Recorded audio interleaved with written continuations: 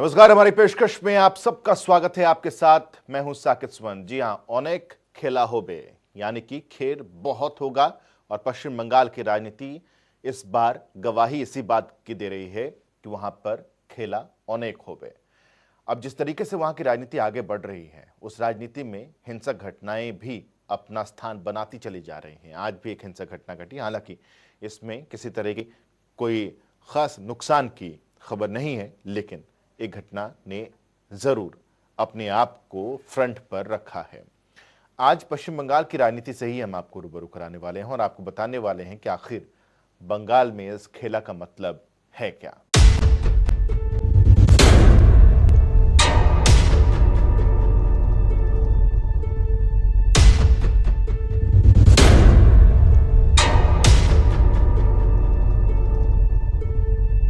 दरअसल पश्चिम बंगाल की राजनीति हालिया दिनों में ममता बनर्जी के इर्द गिर्द घूमती रही, लेकिन भारतीय जनता पार्टी की कोशिश सेंधमारी की और इस सेंधमारी की कोशिश के बाद बंगाल की राजनीति बहुत ज़्यादा गर्मा गई है और इसलिए वहाँ पर खेला अब होने लगा है। ऐसे में ममता बनर्जी चूंकि पैर में चोट लगी है और लगातार इस चोट के बावजूद वो रैली कर रही हैं, प्रचार प्रसार कर रही हैं, मतदाताओं तक पहुँचने की कोशिश, मतदाताओं के नब्ज को टटोलने की कोशिश ममता बनर्जी की तरफ से लगातार की जा रही है। साथ ही साथ ममता बनर्जी का हमलावर रुख भी मौजूद है उनके साथ और ऐसे में ममता बनर्जी लगातार इस बात का भी जिक्र कर रही हैं कि उनके पैर में चोट है, इसके बावजूद वो उनसे वोट मांगने आई हैं। देखिए, पश्चिम बंगाल में चुनावी सरगर्मी पूरे उफान पर है। यहां हर दल अपनी जीत दर्ज करने की उम्मीद से मैदान में उतर चुका है और सभी राजनीतिक पार्टियां भी जी तोड़ मेहनत कर रही हैं। इसी कड़ी में बंगाल की मुख्यमंत्री और टीएमसी प्रमुख ममता बनर्जी अपनी चोट की चिंता किए बगैर प्रचार प्रसार में जुटी हैं। आपको बता दें कि पिछले दिनों ममता बनर्जी के पैर में चोट लगने से उन्हें अस्पताल में भर्ती होना पड़ा था और दीदी ने अस्पताल से ही ऐलान कर दिया था कि बेशक उनके पैर में चोट लगी हो, लेकिन वो जल्द ठीक होकर लोगों के बीच आएंगी, चाहे व्हील चेयर पर बैठकर ही चुनावी प्रचार प्रसार क्यों न करना पड़े। और इन दिनों ममता बनर्जी व्हील चेयर पर ही चुनाव प्रचार प्रसार कर रही हैं। इसी कड़ी में ममता बनर्जी ने मंगलवार को 3 रैलियां की, जहां उन्होंने बीजेपी को जमकर कोसा। मैं आप लोगों को कहना चाहूंगी कि बीजेपी जितना भी खतरा मेरे को कर सकता है करने दो, हम उसको कोई केयर नहीं करती हूँ, लेकिन एक बार जो हमसे टकराएगा वो चूर चूर हो जाएगा, जो हमसे टकराएगा वो चूर चूर हो जाएगा। मजदूर के बचाने के लिए उसका जिम्मेदारी हमारा ऊपर है, हम इसको करते जाएंगे। हम रेल नहीं बंद करने देंगे, हम बीएसएनएल बंद करने नहीं देंगे, हम एयर इंडिया बंद करने नहीं देंगे, हम सेल नहीं बंद करने देंगे, हम कोल नहीं बंद करने देंगे, हम बैंक नहीं बंद करने देंगे, हम इंश्योरेंस नहीं बंद करने देंगे। हमको लड़ाई जारी है। वहीं ममता बनर्जी ने अपनी चोट का जिक्र करते हुए इमोशनल कार्ड भी खेला। उन्होंने कहा कि मेरे पैर में चोट लगी है और आप समझ सकते हैं कि मैं कितनी तकलीफ में हूँ, लेकिन फिर भी मैं आपके बीच हूँ। আমার পায়ে চোট থাকার জন্য আমি দাঁড়াতে পারছি না এবং আপনাদের কাছে দাঁড়িয়ে বক্তব্য রাখতে পারছি না। আমি তাই আপনাদের কাছে মা ভাই বোনেদের কাছে আমি ক্ষমা চেয়ে নিচ্ছি। वहीं ममता बनर्जी मंच से महंगाई का मुद्दा उठाते हुए केंद्र सरकार पर निशाना साधती नजर आईं। उन्होंने कहा कि मैं खाद फ्री में देती हूं, तो क्या केंद्र सरकार गैस का दाम कम नहीं कर सकती। नरेंद्र मोदी के बोलून, बीजेपी नेताদের বলুন, আগে গ্যাসের দাম কমাও, আগে বিনা পয়সায় মানুষকে গ্যাস দাও, আমরা বিনা পয়সায় খাদ্য দিই, তোমরা দিল্লিতে বিনা পয়সায় গ্যাস কেন দেবে না? গ্যাস তোমার আন্ডারে আছে। इसके साथ ही ममता बनर्जी ने गृह मंत्री अमित शाह पर भी पलटवार करते हुए कहा कि अगर देश के गृह मंत्री बंगाल में चुनाव प्रचार प्रसार करेंगे तो देश कौन चलाएगा। হোম মিনিস্টার দেশ চালাবে না হোম মিনিস্টার কলকাতায় বসে চক্রান্ত করছেন? কোথায় কাকে গ্রেফতার করা হবে, কোথায় কাকে মারা হবে, কোথায় এজেন্সিকে দিয়ে কার পেছনে লাগানো হবে? ইন্ডাস্ট্রিয়ালিস্টদের ঘরে ঘরে রেড হচ্ছে, হোম সেক্রেটারি পর্যন্ত নোটিশ পাঠিয়েছে। এখন আমি ইলেকশন কমিশনকে দেখতে বলবো ইলেকশনের সময় কেন গভর্নমেন্ট অফিসারদের হ্যারাস করা হচ্ছে, কেন পলিটিক্যাল লোকেদের হ্যারাস করা হচ্ছে।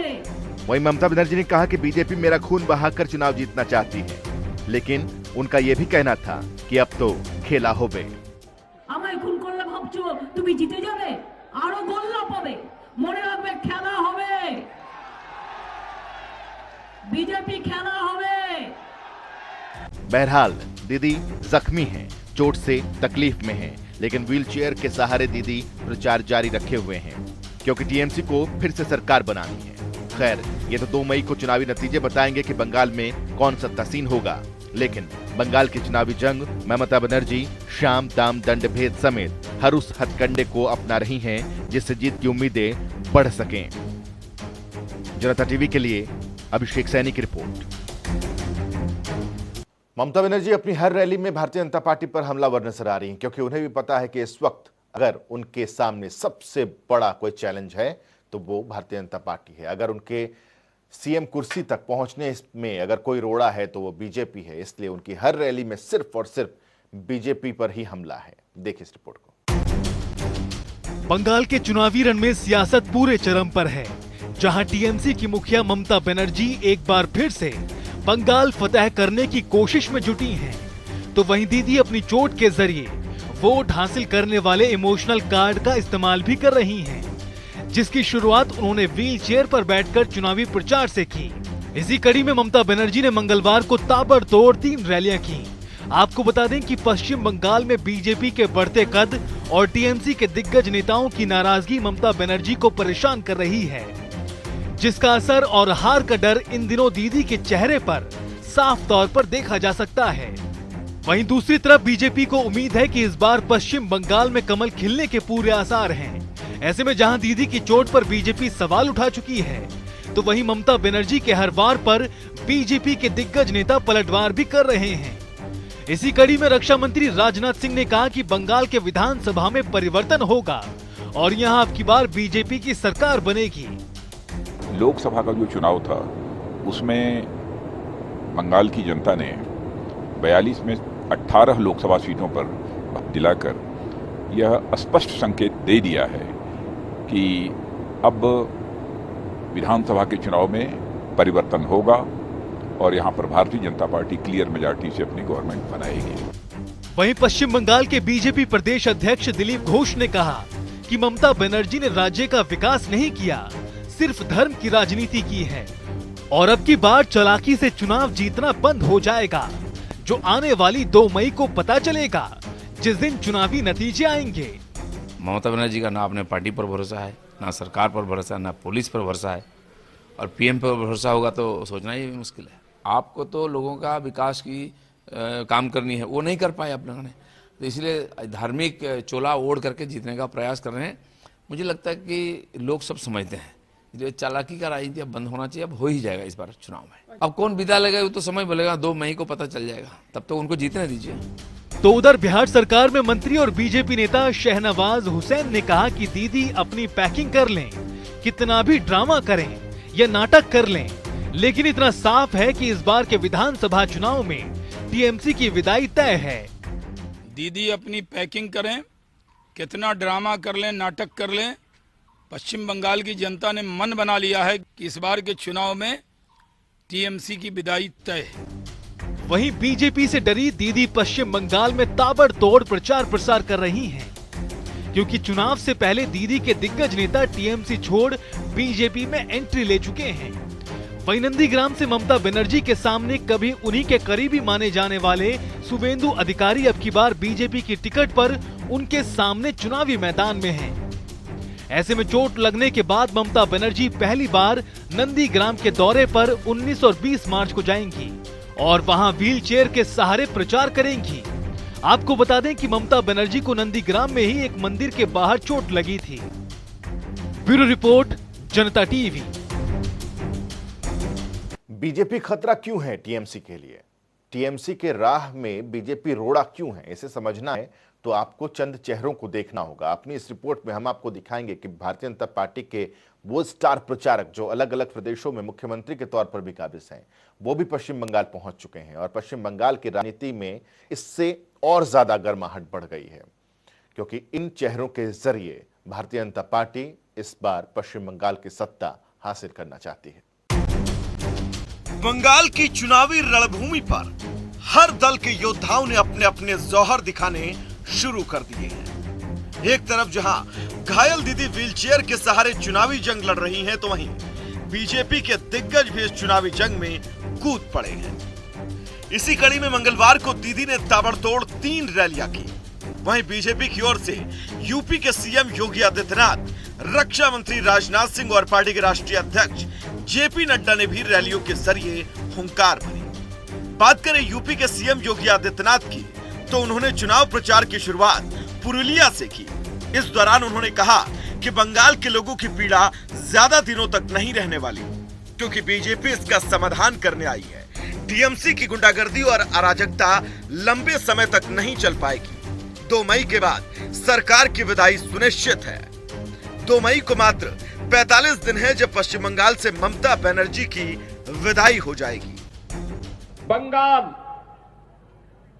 आजादी के समय ये मान्यता थी कि बंगाल विकास की धुरी बनेगा, लेकिन दुर्भाग्य से कांग्रेस ने, फिर कम्युनिस्टों ने और फिर पिछले 15 वर्षों में टीएमसी ने बंगाल को खोखला बना दिया।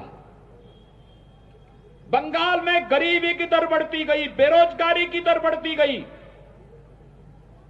यहां पर पार्टी विशेष के कार्यकर्ताओं की गुंडागर्दी ने अव्यवस्था और अराजकता का एक तांडव किया। वहीं रक्षा मंत्री राजनाथ सिंह ने भी पश्चिम बंगाल में मंगलवार को 3 चुनावी जनसभाओं को संबोधित किया। इस दौरान उन्होंने कहा कि बंगाल की जनता तृणमूल कांग्रेस के कुशासन और भ्रष्टाचार से त्रस्त है। इस बार के विधानसभा चुनाव में जनता ने परिवर्तन का मन बना लिया है। आने वाली 2 मई को पश्चिम बंगाल में परिवर्तन होने जा रहा है और अब की बार बीजेपी की सरकार बनने जा रही है। भाइयों, ऐसे ही लोकसभा के चुनाव में भारतीय जनता पार्टी को 18 सीटों पर विजय दिला दिया है आपने। इसका मतलब आपने भाजपा को क्रीज क्रॉस करा दिया है। अब भाजपा को इस बार विधानसभा चुनाव में सिक्सर मारने से अब दुनिया की कोई ताकत रोक नहीं। वहीं बीजेपी के राष्ट्रीय अध्यक्ष जेपी नड्डा ने बंगाल की सड़कों पर भव्य रोड शो निकाला और कई रैलियों को संबोधित किया। इस दौरान जेपी नड्डा ने कहा कि बंगाल की जनता ने तय कर लिया है कि तोलाबाज का खेल खत्म हो गया, कटमनी का खेल खत्म हो गया। अब लोग बीजेपी के नेतृत्व में असल परिवर्तन के लिए चल पड़े हैं। असल परिवर्तन में युवाओं को रोजगार और मुक्त बंगाल और तेज गति से आगे बढ़ने वाला बंगाल होगा। इसमें कोई तुष्टीकरण, कोई कटमनी नहीं होगी। ममता जी का खेल खत्म हो गया। बेशक बंगाल में विधानसभा चुनाव अब हो रहे हैं, लेकिन बीजेपी ने बंगाल में अपनी जमीन तलाशनी साल भर पहले से ही शुरू कर दी थी, जिसका फायदा बीजेपी को 2019 के लोकसभा चुनाव में मिला। वहीं आंकड़ों की बात करें तो 2014 के लोकसभा चुनाव में भी बीजेपी को महज 2 सीटों पर बढ़त मिली थी, लेकिन साल 2019 में बीजेपी ने लोकसभा चुनाव में 42 सीटों में से 18 सीटों पर बढ़त बनाई थी। वहीं बात करें विधानसभा सीटों की, तो पश्चिम बंगाल में कुल 294 विधानसभा सीटें हैं। साल 2016 में हुए विधानसभा चुनाव के मुताबिक टीएमसी को 211, लेफ्ट को 33, कांग्रेस को 44 और बीजेपी को महज 3 सीटें मिली थी। लेकिन बीजेपी साल 2019 के लोकसभा चुनाव में शानदार प्रदर्शन कर चुकी है, क्योंकि उन चुनाव में टीएमसी का वोट शेयर 43.3%, तो वहीं बीजेपी को 40.3% वोट मिले थे। बहरहाल पश्चिम बंगाल में दीदी के सामने नई चुनौती भगवा लहर हमने की है, तो बीजेपी इस विधानसभा चुनाव में लोकसभा में सामने आए वोटों के अंतर को बांटने के पीछे जी जान लगाकर जुट गई है। ब्यूरो रिपोर्ट, जनता टीवी। ममता बनर्जी के पैर में चोट। हालांकि ममता बनर्जी ने इसे सोची समझी साजिश करार दिया था, भारतीय जनता पार्टी की करतूत करार दिया था, लेकिन चुनाव आयोग ने इसे महज एक घटना करार दिया। एक घटना और घटी है, वो है भारतीय जनता पार्टी के काफिले पर हमला। जिस तरीके से कैंपेन भारतीय जनता पार्टी की तरफ से की जा रही थी, उनके काफिले पर हमला हुआ है, उनके बस पर पत्थरबाजी की गई है। इन तस्वीरों को देखिए और समझिए कि पश्चिम बंगाल की राजनीति में खेला होबे का मतलब शायद यही है। पश्चिम बंगाल में बीजेपी अपने ताबड़तोड़ प्रचार में जुटी है और अपने बंगाल फतेह करने के अभियान को तेज करती जा रही है। मंगलवार को बीजेपी के 3 दिग्गजों ने चुनावी हुंकार भरी, जहां यूपी के सीएम योगी आदित्यनाथ और रक्षा मंत्री राजनाथ सिंह ने ताबड़तोड़ कई चुनावी रैलियों को संबोधित किया, तो वहीं बीजेपी के राष्ट्रीय अध्यक्ष जेपी नड्डा ने बंगाल की सड़कों पर भव्य रोड शो निकाला। लेकिन इसी रोड शो में शामिल बस पर तोड़फोड़ की घटना सामने आई। आपको बता दें कि यह घटना पुरुलिया में रैली के बाद हुई, जिसके बाद भारी पुलिस बल तैनात कर दिया गया। वहीं बीजेपी ने इस घटना के लिए टीएमसी को जिम्मेदार ठहराया। वहीं टीएमसी ने बीजेपी के सभी आरोपों को सिरे से खारिज कर दिया। कारदीप के यात्रा को टीएमसी के गुंडों ने वहां तोड़फोड़ की, वहां उसको रोकने का प्रयास किया। डॉक्टर अंबेडकर जी के बताए हुए रास्ते को एक तरीके से, जिसको भारतीय जनता पार्टी आगे बढ़ा करके समाज में समरसता लाने का प्रयास कर रही थी, वह उन बातों को रोकने का प्रयास किया है। भारतीय जनता पार्टी इसकी घोर निंदा करती है और भारतीय जनता पार्टी एक तरीके से यह भी जानती है कि टीएमसी जान चुकी है कि हार सामने दिख रही है, इसलिए वह अपना बौखलाहट में इस तरीके की घटनाएं कर रही है। बताया जा रहा है कि घटना तब हुई जब बीजेपी का काफिला पुरुलिया की 9 विधानसभा सीटों की रथ यात्रा पूरी करने के बाद लौट रहा था। बीजेपी ने इस घटना के बाद सड़क पर प्रदर्शन करना शुरू कर दिया और आरोपियों की गिरफ्तारी की मांग की। आपको बता दें कि पश्चिम बंगाल में चुनावी हिंसा आम बात है, जिसका इतिहास भी पुराना है, लेकिन बीजेपी का दावा है कि यह सब 2019 में शुरू हुआ था और तृणमूल कांग्रेस यानी कि टीएमसी का कहना है कि इसकी शुरुआत 2016 में उस वक्त हुई थी जब बीजेपी ने उसके कार्यकर्ताओं को निशाना बनाना शुरू किया था। खैर, ये तो दावा है जो कोई भी कर सकता है। ब्यूरो रिपोर्ट, जनता टीवी।